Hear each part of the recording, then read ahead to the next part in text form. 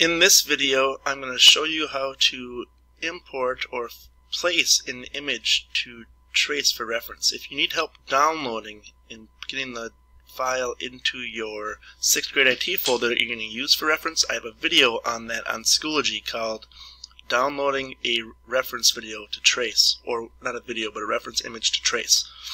Now, I already have my file inside my folder, so I'm going to do a file, place, and I'm going to find the mushroom portion that I need. And I have a few mushroom files. I've done this a few times. So coming in, placing it, when you click here, it may end up being really big.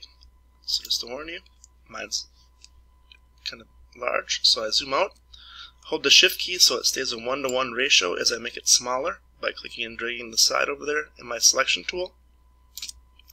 The next thing I'm going to do is I'm going to leave it kind of large just to do my tracing in right away. Now, the next tool that I'm going to use to create this organic image is just the pen tool. The pen tool is how I'm going to start it, and I'm going to finish it off with the curvature tool. Coming in, I'm going to click and click, go straight up. As you see my third click happen here, you'll notice that if I have a fill color, it's going to start filling it in.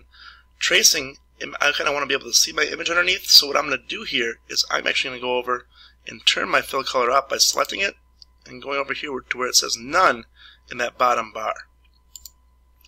And then I'll be able to see the work that I'm doing as I'm making it. And I'm going to click on all the outside points. So clicking here, I'm going to click actually up here on top, just one point. Remember, I can use the pen tool to delete points later on if I have too many.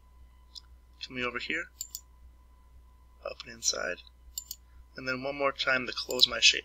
And I kind of have like a arrow looking shape right now, but I'm going to use my curvature tool to come in here and bend by clicking and dragging these paths.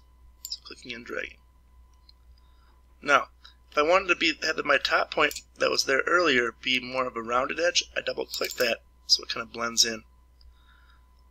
Same thing in here, click and drag, and to click and drag. Zooming in to see what my image looks like. If I double click this, it should turn it into more of a rounded shape, a little more rounded of an edge. And I can kind of make my bottom be how I want it to look also, is by clicking and dragging it that way. And then I have made the shape of my mushroom. Now, for my pizza, I'm going to take my selection tool, grab my path, and move this up and over to the rest of my shapes. As you see, it's kind of big compared to it, so I'm going to hold the shift key down and make it smaller. And I'm also going to come in and turn my fill color back on. Now, the rest of the stuff happens just by clicking and dragging. Remember, if I hold the Alt key here, I can duplicate. It's still a little large, so I'm actually going to put that back. Edit undo because I have two on top of each other. Turn my fill color back on again because I edited undid that too. And then make this just a little bit smaller. My pizza is a little bit small compared to the one in my original drawing, but we're going to roll with it anyways. So coming in here, holding the Alt key down, clicking and dragging allows me to make duplicates.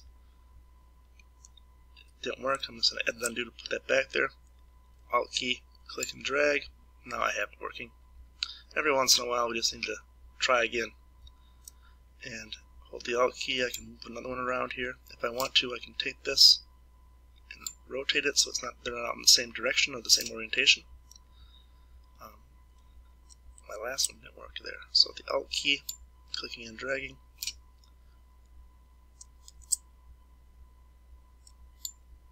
Third time's a charm. Every once in a while we have to try again. And just move those around. Now, that is how to use a reference image for tracing. The last few things we need to do in the last video here is going to be using the text tool to create our text for this logo. Thanks for watching.